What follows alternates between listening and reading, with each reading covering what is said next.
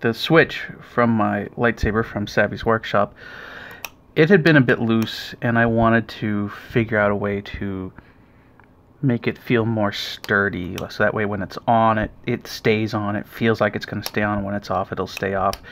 And I don't know if you can hear that now, but it's got a good snap to it now, and it feels sturdy. It feels like it's locking into place. I'm really happy with how the switch feels now. So I want to show you what I did to fix, maybe, or just make the switch feel a little better. This switch is from the Elemental set.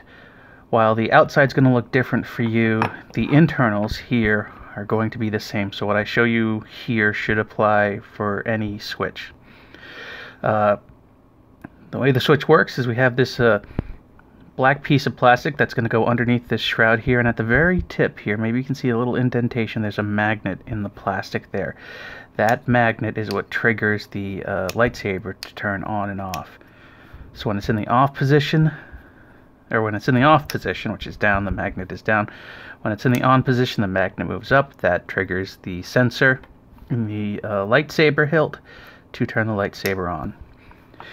So now, to get this thing feeling nice and snappy, the first step is to remove this outer piece here. There are 4 screws. Just remove those 4 screws. I will finish that and continue on. The screws are out, and that piece just lifts right off. No problems. You can put those to the side. You don't need to worry about them. This is the switch itself. It's just that piece of plastic with 1 screw going through to the switch on the outside. So the next step is to remove that 1 screw. I've heard some people say that to make the switch feel better, they have tightened on that screw. Maybe that'll work for you, but you have to be very careful. You don't screw it too tight, otherwise you risk stripping the threads, because the switch is plastic that it screws into, and you could very easily strip those threads. So I would advise against that. I will show you instead what I did. The screw that holds that switch in place is different from the screws that hold that shroud. It's got a round head instead of a flat head, and it has larger spacing threads, or yeah, you get the idea. So you won't have to worry about mixing those up. Just be aware of them when you put it back together.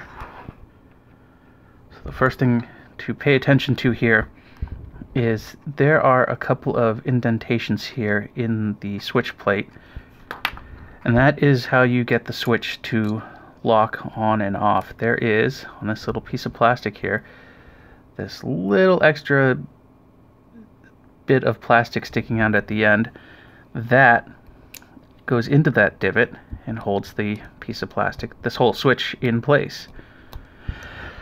When I first took this apart, I noticed that this plastic tab sticking out here was bent up a little bit. So what you could probably do, or what I did anyways, is I took my hot air gun from it's what I used to reflow solder on some PCBs.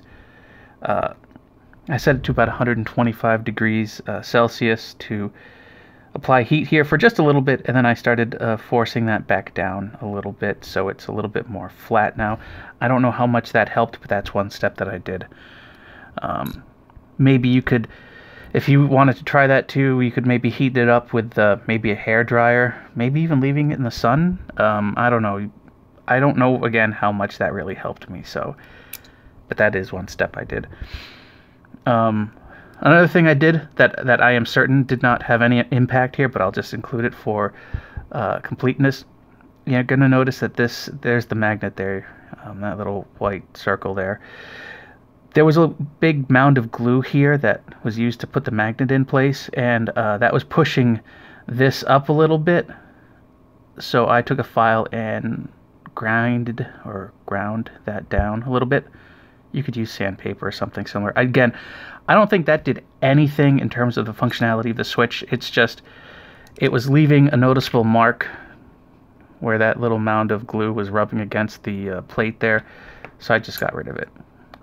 What I think helped me the most, and I'll show you by describing how I figured it out in the first place, if I put the two pieces together, I found that if I push, holding it like this, if I push down from the top here, pushing with this finger, I get a really good snap action, really good lock. That switch stays in place. If I was pushing from the switch side up, right, towards the camera, it wouldn't lock at all. It would just slide freely. My guess is that this little stem here in the switch that the top piece sits on top of was just a little too tall, and the gap between the pieces just a little too big. So what I did is I took a file and I filed that down, and I did not take a lot of material off, just a little bit. You could probably take much more material off and you'd be fine, but I wanted to be very conservative with what I did here. So just a little bit, just enough so that these things, when I screw them together, they're going to be a little bit closer, that the gap in between here is going to be closer to the thickness of the metal here. And I think that was the big key to getting a switch that feels snappier. So once I did that, and I did a fit here, and I specifically pushed up on the switch instead of down, and I felt like it was locking well enough, and I was happy with it. So then I put everything back together to test it, and it felt great, and that is where I am today with the switch. So I'm going to put this back together now, because there's one step that I just want to point out. Is when you're putting this back together, first off, this shroud here that goes over the, if you look here, there is a number 8 stamped on it. That goes towards the long piece of plastic in the switch, towards where the magnet is. The other thing to point out is when you're putting these screws back together, you should have absolutely no resistance when you're screwing them in. They should screw in very easily. The trick to getting that to happen is screw backwards a little bit. You're going to feel the screw sort of settle into place. Once you feel that sort of click, start screwing the other way, and it'll go right in, and you should feel no resistance. If you feel even just a little bit of resistance, stop, try that again. And the reason you want to do that is you run the risk of, again, damaging the threads on the screw or the threads in the screw hole, although in this case probably the screw more than the hole. I'll do that one more time, a little bit more slowly, just so screw backwards, you feel the click, you screw forwards. If you feel even a little bit of resistance, stop, screw backwards, try again. This way you will protect your screws from being destroyed. Everything will go back together factory fresh. The other thing is, when it comes to tightening it, don't need to tighten it very much. Just a little bit of pressure.